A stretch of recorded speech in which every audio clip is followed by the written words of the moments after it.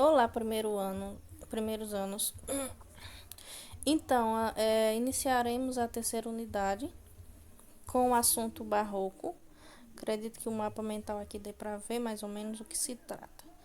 Então, o contexto histórico desse estilo literário, dessa escola literária, é, no caso foi na Europa, lá pelo século XVII, e já estava no final do Renascimento, né?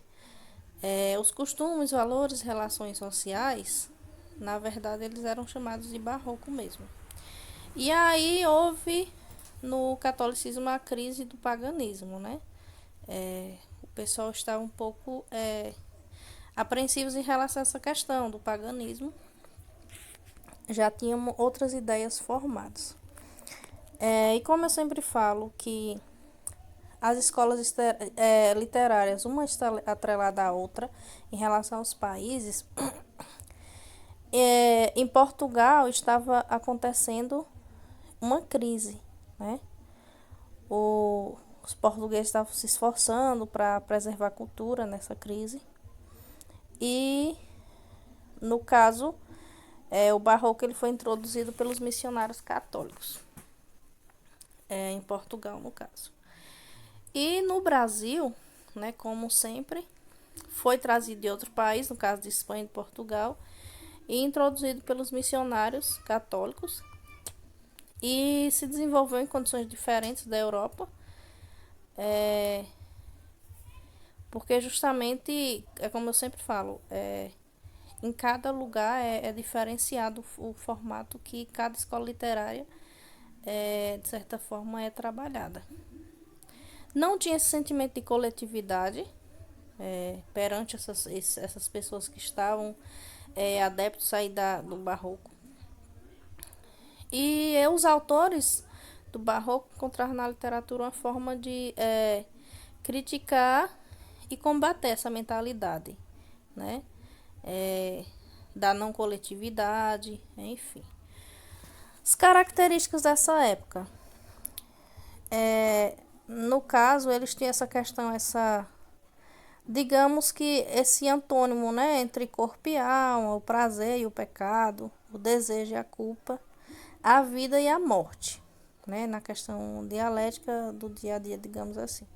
No pessimismo já tinha essa questão da descrença nos valores humanos, né? Eles não estavam dando mais esse apreço, não estavam mais acreditando nesses valores que eram, no caso, dispostos pela sociedade. E a gente vai ouvir falar muito sobre a questão das figuras de linguagem, que está em redação. Aconselho vocês a depois de darem uma olhadinha lá.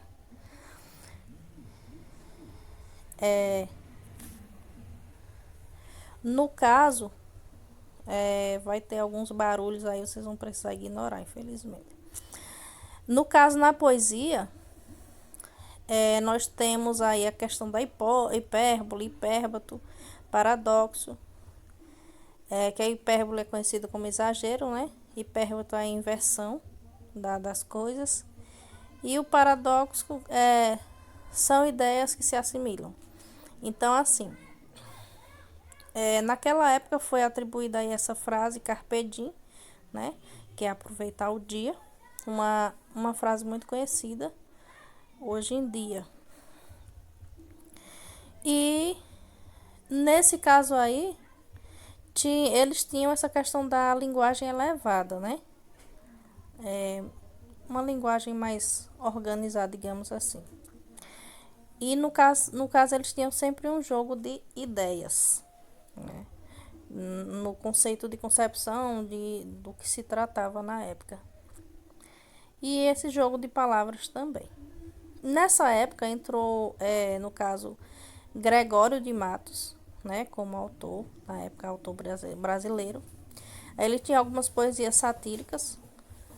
Nós já comentamos aqui sobre a questão da sátira em outra unidade. E aí nós tivemos aí a crítica a todos os setores da sociedade baiana, né? Então o Gregório ele era específico aí nessa questão dos baianos. Ele também tinha poesia amorosa, pois ele mostrava o desejo de viver a vida intensamente. Poesia religiosa, né? O homem arrependido diante de Deus, implorando perdão. Um dos fundadores da poesia lírica, né? Que foi ele, e a satírica. E ele foi um grande crítico nessa sociedade. E foi ele que fez a obra Boca do Inferno. Nós temos aí Padre Antônio Vieira, que tem bastante material para dessa época, no caso. E a maior parte das suas obras foram feitas no Brasil. No caso, ele escrevia sermões e cartas, né? Já que ele era alguém da igreja, né? Ele defendia a igreja, né, como um todo. Estimulava a resistência dos brasileiros, tratava as questões da escravidão, que já foi falado na escola literária antiga, do que foi o trovadorismo, né? E, enfim, e nas demais. E, no caso, ele não tinha apoio nem dos nobres nem das igrejas, mas ele tentava, né? E ele, no caso, nessa época, teve o destaque ao conteúdo e ao raciocínio. As pessoas eram, no caso, incentivadas a raciocinar. E a questão do cultismo, que destaca nas expressões e figuras de linguagem, como eu já falei. Se quiserem realmente entender sobre essa questão, vão precisar pesquisar figuras de linguagem. O barroco, eu já falei aqui onde que ele surgiu, a época, né? Teve uma forte influência religiosa. E nessa época estava acontecendo a reforma protestante na igreja e a contra-reforma. Quem já estudou aí em história vai compreender. E aí, assim, no entanto, ao lado da santa religiosidade, havia também na época um forte apelo aos prazeres sensoriais. Então as pessoas estavam se descobrindo, né, em relação aos prazeres mundanos, digamos assim. Desse modo, o estilo configura-se basicamente na aproximação dos opostos. Já foi citada aqui a questão de Gregório de Matos e o Antônio Vieira. E nós temos aqui algumas figuras de linguagem, né, que aí vocês vão precisar estudar realmente sobre. Aí nós temos o contexto da época, já foi falado aqui a questão da reforma e contra-reforma. Nós tínhamos na época o padre Martinho Lutero, que ainda estava vivo, né? Foi na época de 1483 a 1546, desculpa. Ele já estava denunciando a venda do perdão como prática corrupta da Igreja Católica, as indulgências, né? Pagava-se para receber o perdão. Então ele estava fazendo essa denúncia. Ele defendia que a salvação só era conseguida por meio de uma vida marcada pela religiosidade, pelo arrependimento, pela fé em Deus. Então ele foi muito criticado por conta disso, né? Já que não eram todos, mas alguns se aproveitavam dessa prática para ter bens financeiros. Ao entender que não precisavam pagar com doações e penitência pela absolvição, muitos fiéis abandonaram a igreja para seguir o luteranismo. Então imaginem aí realmente a situação que ficou com a igreja nessa divisão. E aí João Calvino, né, 1509 a 1564 foi a época que realmente ele foi defender aí suas teses. Ele defendia a ideia de que o lucro obtido pelo trabalho é uma dádiva divina, o que aumentou a debandada dos fiéis. Assim, parte da burguesia ela aderiu ao protestantismo, né? Hoje a gente fala em pessoas que são protestantes, né? Então era justamente isso, porque eles não estavam aceitando algumas coisas que estavam acontecendo na Igreja Católica na época. Aí nós temos aí a questão da contra-reforma, que já foi falado, que teve o Concílio de Trento, que a Igreja definiu ações para combater essa reforma, né? Ou seja, para, de certa forma, entrar em confronto com Martinho Lutero. E aí o que aconteceu? Ressurgimento do Tribunal do Santo Ofício, que é a Santa Inquisição, a criação dos livros proibidos, né? Teve até uma época dessa questão dos livros que realmente as pessoas não podiam utilizar, e acredito que foi bem nessa época aí. A fundação da Companhia de Jesus, dirigido por Padre Inácio de Loyola.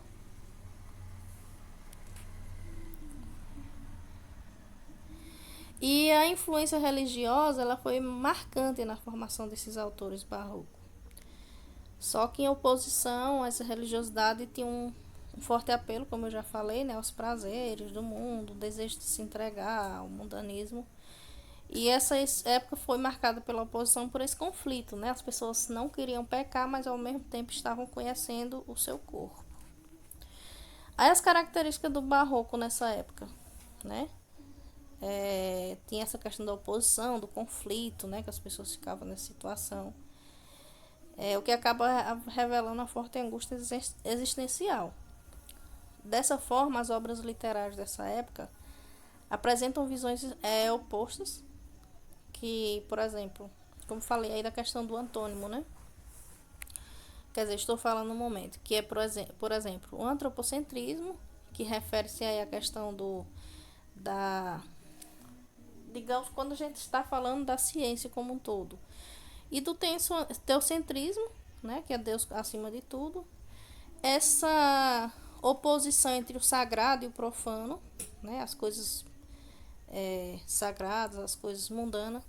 A luz e a sombra, o paganismo e o cristianismo, a questão racional com a irracional, a parte material com a parte espiritual, a fé com a razão, a carne e o espírito, o pecado e o perdão, a juventude versus velhices e o céu versus terra. Então, e o erotismo também contra a espiritualidade. Então, o pessoal estavam ainda nessa oposição, né? E aí nós temos Judite e Holofernes, que é a obra do pintor, né, Caravaggio, que no caso ele abordava a temática bíblica e o uso da técnica, dessa técnica aí do nome estranhozinho, que era exatamente essa técnica do claro e do escuro, né, para as obras que eles no caso estavam fazendo. E além desse culto ao contraste, o estilo possuía também algumas características, né, que é o fusionismo, que é essa fusão entre a visão medieval e a renascentista. Aí nós temos aqui, ainda falando-se de figura de linguagem, a antítese e o paradoxo, que no caso ele refletia uma época de contraste.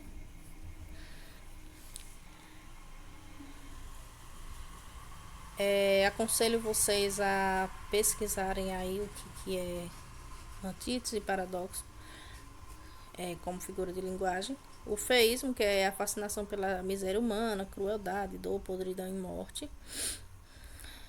O pessimismo, que é a felicidade impossível na Terra, só se realizaria no plano celestial. Então, assim, enquanto estivéssemos no mundo, sofrimento, né, seria, digamos que, grande, né? E o rebuscamento, que é a ornamentação excessiva da linguagem, atrelada a um apelo visual. Ou seja, o pessoal queria, de certa forma, falar bonito, né, na hora da escrita também. E aí nós temos o exagero, né, nessa escola literária. A sinestesia, que é o apelo sensorial, o cultismo, o gongorismo, que tinha esses jogos de palavra, tudo relacionado aí à questão do cultismo. E o conceptismo, que também era jogos de ideia, né? A questão da morbidez, o sentimento de culpa. E como eu falei, o carpe diem, né? Que é aproveitar o dia, aproveitar o momento. E nessa época também eles continuaram aí a questão da poesia, né? Com os seus versos, decassílabos. É também algo para vocês procurarem, né? A questão dos versos, se quiserem aí. Que é algo um pouco complexo para se falar, né? Que tanto a poesia ela e o poema elas são complexos nessa questão dos versos, né? Aí nós temos a questão das principais temáticas. Desculpem. No caso, nós temos aí o seguinte. É preciso ressaltar que a presença de luz e sombra nos textos barrocos Normalmente está associada à juventude, né, que é a luz, e à velhice, que é a sombra. E nessa perspectiva, o poeta barroco sempre vai lembrar dos autores. O quanto a juventude é fugaz, né, passageira, quão rápido chega a velhice e, consequentemente, a morte. E há por isso uma supervalorização da juventude, né? E dos prazeres que essa fase da vida pode oferecer. Por isso essa questão aí é, de ter realmente essa mudança. Aliás, essa mudança não, perdoe. Essa questão aí da valorização, da questão do prazer, como todas as pessoas valorizarem realmente esse prazer enquanto jovens, né? E nessa mesma linha de pensamento, a natureza, quando ela é retratada, ela serve para lembrar que a beleza, por exemplo, a de uma rosa, ela é fugaz assim como a juventude, ou seja, ela é passageira. Além disso, imagens como a da aurora, né, que essa é no caso quando inicia-se o dia. Aliás, essa transição entre a noite e o dia, desculpem, né, a questão, né, que o sol se põe, o sol se vai, enfim.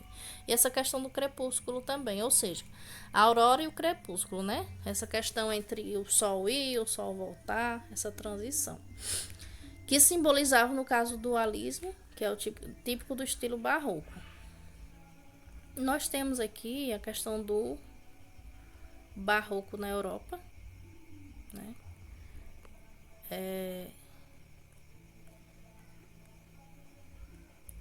Voltando aqui um pouquinho. O barroco na Europa, ele surgiu lá na Itália, espalhou-se pela Europa, pela América, e os maiores nomes dessa época foi Luís de Gongra, Francisco de Quevedo. Já o português tinha mais, né? O Francisco Rodrigues, Jerônimo, Antônio Barbosa, Antônio José, o Gaspar Pires, a Teresa Margarida e o padre Antônio Vieira, que já foi citado, o Dr. Francisco Manuel de Melo, e o Sora Violante do Céu, é a Mariana Alcoforado. Aí aqui vocês têm uma carta de amor, né? Que vocês podem estar lendo, que na verdade vai auxiliar vocês aí, no caso, na atividade que virá a seguir, né? Aí nós temos aqui o barroco no Brasil, com as pessoas que já foram citadas, né? Nós temos aqui um trecho do texto de Antônio Vieira, aconselho vocês a ler, que é a obra Os Sermões, onde ele estava aí realmente defendendo, né, algumas coisas, enquanto pessoas da época dele não estavam defendendo, né? Ou seja, estavam contra ele de certa forma. Aí nós temos Gregório de Matos, que nós já falamos aqui, que ele fez aí, no caso, Boca do Inferno. É uma obra muito conhecida do barroco. E a poesia dele é dividida, como já foi falado, na questão lírica ou filosófica, né? Que tem mais essa temática amorosa. E essa oposição entre o espírito e a matéria, a fugacidade do tempo, ou seja, o tempo voa, né? A questão sácrica, que é a questão mais sagrada, né? O que é a temática religiosa, fragilidade humana e medo da condenação de Deus. A questão satírica, que no caso estava, criticando a sociedade em todos os âmbitos, ou seja, nesses três âmbitos. Nós temos aí um soneto dele, né? Como minha voz não está muito boa ainda, vocês fazem essa leitura depois. Em síntese, né? Se quisermos resumir, nós temos aí essa questão do contexto histórico da época, que essa reforma protestante está contra a reforma católica, né? Digamos que essa crise do catolicismo, né? Para que viesse aí, no caso, a questão do protestantismo, né? Que aí viesse outras igrejas e tudo mais. Tem pessoas que às vezes chamam de, no caso, igrejas evangélicas, né? Mas tem todo uma questão por trás. Aí vocês precisam estudar mais sobre a questão do protestantismo, desculpem. Nós temos aí o culto ao contraste, né? Essa questão das figuras de linguagem logo abaixo, que é a antítese e o paradoxo.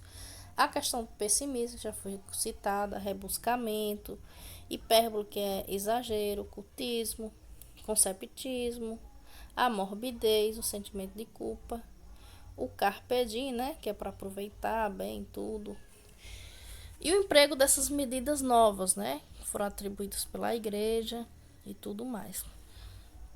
E as temáticas daquela época eram, no caso, a fragilidade humana, a fugacidade do tempo, né, tempo aí muito corrido, a crítica à vaidade das pessoas e as contradições do amor, essa questão entre o amor, né, o sofrimento, enfim.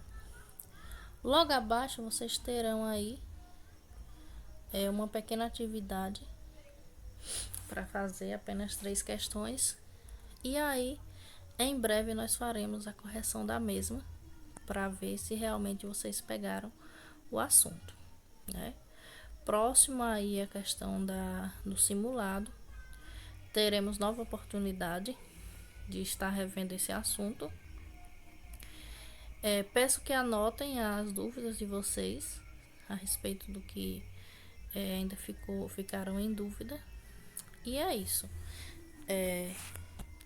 Então, leiam o material, assistam o material quantas vezes quiser. Esse material vai estar, deixarei no grupo de vocês, bem como a atividade, que eu peço que vocês respondam utilizando o material aí citado. Fiquem com Deus, tenham um bom dia.